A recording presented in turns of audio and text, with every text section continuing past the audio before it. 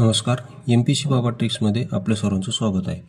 या व्हिडिओमध्ये मी आज तुम्हाला पॉलिटीच्या मूलभूत हक्काचे काही कलम सांगणार आहे आणि ते लक्षात कसं ठेवायचे याची एकदम खतरनाक जालिम ट्रिक सांगणार आहे.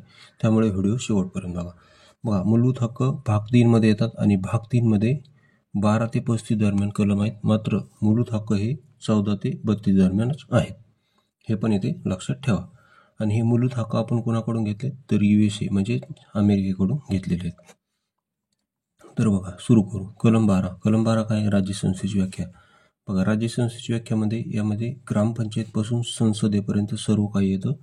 मात्र BCCI, न्यायालय, सर्वोच्च न्यायालय, उच्च न्यायालय, कुठलेही न्यायालय त्यामध्ये येत नाही. हे इथं लक्षात ठेवा. जास्त बाकी 12 काही महत्त्वाचं नाही. त्यानंतर कलम 13 बघा. कलम 13 काय आहे? तर कलम 13 आहे मूलभूत हक्काशी विसंगत म्हणजेच मूलभूत हक्कांची मुस्कट दाबी करणारे कायदे. म्हणजे कसं, जर सरकारने एखादा कायदा केला आणि तो जर मूलभूत हक्काशी विसंगत असेल म्हणजे त्यामुळे नागरिकांच्या मूलभूत हक्कावर गदा येत असेल तर तो रद्द करण्याचा अधिकार सर्वोच्च न्यायालय, उच्च न्यायालय यांना कलम 13 नुसार असतो. मात्र मी आता इथं मुस्कटदाबी हा शब्द का वापरला? मूलभूत हक्काशी विसंगत म्हणजेच मूलभूत हक्काची मुस्कटदाबी करणारा कायदा. आता मुस्कटदाबी हा शब्द मी स्वतः मनाने ॲड केलेला आहे आणि तो का केला? त्याचं कारण असं आहे की मुस्कटदाबी हा आपण इंग्लिशमध्ये लिहिला तर त्याची सुरुवात यमने होते आणि यम हा ABCD नुसार 13 नंबरला येतो. म्हणजे कलम 13 आपल्या परमनंट लक्षात राहून जाईल.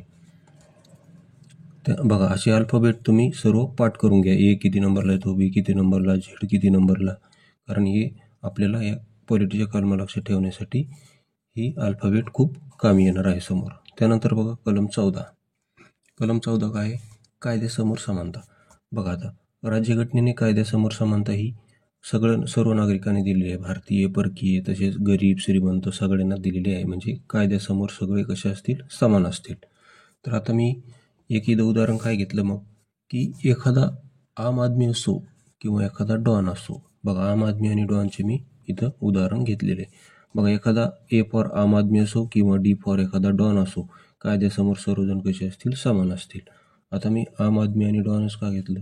कारण आम आदमीचा A हा ABCD नुसार 1 नंबरला येतो आणि डॉनचा D ABCD नुसार 4 नंबरला येतो. म्हणजे 1 आणि त्यावर 4 किती झाले? 14. म्हणून कलम 14 अशा प्रकारे आपल्या परमनंट लक्षात राहील. बघा, अशा ट्रिक्ससह पॉलिटीचे सर्व कलमांची जर पेड PDF हवी असेल ज्यामध्ये 1 पासून 368 पर्यंत सर्व कलम कव्हर केलेले आहेत तर तुम्हाला 84 21 90 83 84 या नंबरवर संपर्क करू शकता. त्यानंतर बघा कलम 15 काय? कलम 15 काय? ध्वजालिंग म्हणजे ध फॉर धर्म, व फॉर वंश, जा फॉर जात, ली म्हणजे लिंग आणि ज म्हणजे जन्मस्थान. या 5 कारणावरून कोणत्याही नागरिकास भेदभाव केला जाणार नाही. आता याची ट्रिक कशी लक्षात ठेवायची? वरील 5 कारणावरून कोणत्याही नागरिकास पंढरपूर मंदिरात दर्शनासाठी भेदभाव केला जाणार नाही.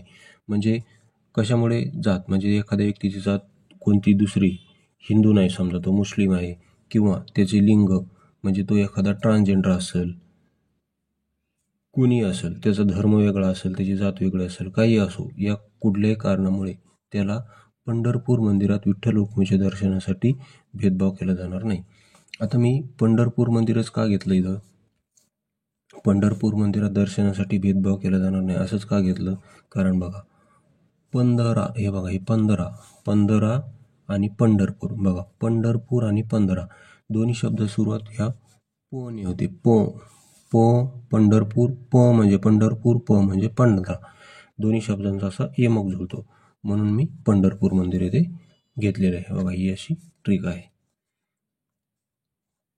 त्यानंतर यावर आलेला कलम 15वर आलेला प्रश्न बघा, आयोगाचा प्रश्न. Combine BC 2023. बघा, कोणती जोडी अयोग्यरित्या जुळलेली आहे?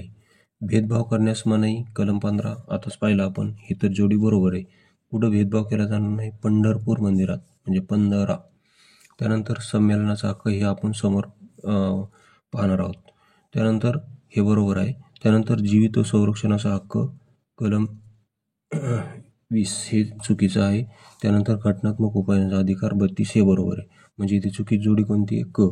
जीवित आणि संरक्षणाचा अधिकार हे कलम 21 मध्ये येते. हे आपण नेक्स्ट व्हिडिओमध्ये याच्या कलमसुद्धा पाहणार आहोत. म्हणून इथं चुकीची जोडी कोणती आहे? क. त्यानंतर बघा कलम 16. कलम 16 काय आहे? सरकारी नोकऱ्यांमध्ये समान संधी. सरकारी नोकऱ्यांमध्ये काय? समान संधी. तर आपण काय म्हणू की पोलीस भरतीमध्ये समान संधी म्हणू आपण, कारण पोलीस भरती काय एक सरकारी नोकरीच आहे. तर सरकारी नोकऱ्यांमध्ये सर्व समान संधी, त्यामध्ये आपण एक एक्स्ट्रा शब्द ॲड करू की पोलीस भरतीमध्ये सर्वांना समान संधी. आता पोलीस भरतीमध्ये समान संधीच का म्हणलं मी? कारण पोलीस भरतीचा जो पी आहे तो ABCDनुसार 16 नंबरला येतो. म्हणून कलम 16 सरकारी नोकऱ्यांमध्ये सर्वांना समान संधी. बघा हे अल्फाबेट सर्व पाठ करा, कारण याचा आपल्याला भरपूर यूज होणार आहे. जर व्हिडिओ आवडला असेल तर चॅनल सबस्क्राईब करा. तसेच MP शॉर्ट ट्रिक्स याच नावाने आपलं टेलिग्राम चॅनलसुद्धा आहे, ते जॉईन केलं नसतं तर जॉईन करा. त्यानंतर पुढचे पाहू आपण. बघा कलम 17. कलम 17 काय आहे? बघा कलम 17 आहे अस्पृश्यता नष्ट करणे. कलम 17 काय आहे? अस्पृश्यता नष्ट करणे. बघा आता याची ट्रिक कशी लक्षात ठेवायची? भारतात म्हणा किंवा महाराष्ट्रात सर्वप्रथम सातारा राज्यात अस्पृश्यता बंदी झाली. आता सातारा राज्य का म्हणलं मी? कारण इंग्रजाच्या काळात सातारा हे राज्य होतं, म्हणून सातारा राज्य म्हणलं मी. आता सातारा राज्यातच अस्पृश्यता बंदी झाली असं का म्हणलं मी? कारण बघा 17 सातारा 17 सातारा असा यमक जुळतो. तिकडं कसा जुळवला आपण? 15 पंढरपूर 15 पंढरपूर. तसा इथे 17 सातारा 17 सातारा असा यमक जुळतो. म्हणून कलम 17 अस्पृश्यता नष्ट करणे असं लक्षात ठेवा. त्यानंतर कलम 18 काय? पदव्या नष्ट करणे. बघा पदव्यांना इंग्रजीमध्ये काय म्हणतात? रिवॉर्ड. तर आपण असं म्हणू रिवॉर्ड नष्ट करणे, कारण रिवॉर्डचा जो आर आहे तो ABCDनुसार 18 नंबरला येतो. ओके, अशा प्रकारे लक्षात ठेवा. त्यानंतर शेवटचं कलम पाहू आपण, कलम 19. या व्हिडिओचं शेवटचं कलम 20 पासून आपण पुढच्या व्हिडिओमध्ये पाहू. बघा कलम 19 काय आहे? भाषण संभाषण स्वातंत्र्य. म्हणजे आपल्याला सर्व प्रकारचे स्वातंत्र्य कलम 19 दिलेले. त्यामध्ये भाषण स्वातंत्र्य, कुठेही फिरणे स्वातंत्र्य, कुठेही जाऊन राहणे स्वातंत्र्य, कोणताही व्यवसाय करणे स्वातंत्र्य आहे. तर याला ट्रिकनुसार कशी लक्षात ठेवायचे? हे बघा इथे ट्रिक आहे. भारताला स्वातंत्र्य कधी भेटलं? 1947ला. बरोबर आहे, 1947ला भारताला स्वातंत्र्य भेटलं. तर त्या 1947 मधले सुरुवातीचे 19 घ्या, 47 सोडून द्या, कारण 47 तर मूलभूत हक्कामध्ये येतच नाही. मूलभूत हक्क फक्त कलम 32 पर्यंतच आहे, त्यामुळे 47चा काही संबंध नाही. सुरुवातीचे 19 घ्या आणि ते 19 म्हणजे स्वातंत्र्य. बघा त्यामध्ये सर्व प्रकारचे स्वातंत्र्य, म्हणजे कलम 19 मध्ये सर्व प्रकारचे स्वातंत्र्य येतात. कारण भारताला स्वातंत्र्य 1947 मध्ये भेटलं, त्याचे सुरुवातीचे 19 म्हणजे स्वातंत्र्य असं पकडा. अशा या भन्नाट ट्रिक होत्या. जर व्हिडिओ आवडला असेल तर चॅनलला सबस्क्राईब करा. तसेच MP शॉर्ट ट्रिक्स हे आपलं टेलिग्राम चॅनल आहे, ते जॉईन केलं नंतर ते जॉईन करा. तसेच पॉलिटीच्या सर्व कलमांची पेड PDF हवी असेल तर 84 21 90 किती 84 21 90 83 84 या नंबरवर संपर्क करा. आपल्याकडे पॉलिटी, पंचायत राज, तसेच सायन्स, तसेच इंग्लिश व्होकॅब्युलरीची सर्व ट्रिक्सचं PDF बनवली आहे. त्याचा सर्वांनी फायदा घ्या. व्हिडिओ पाहिल्याबद्दल धन्यवाद.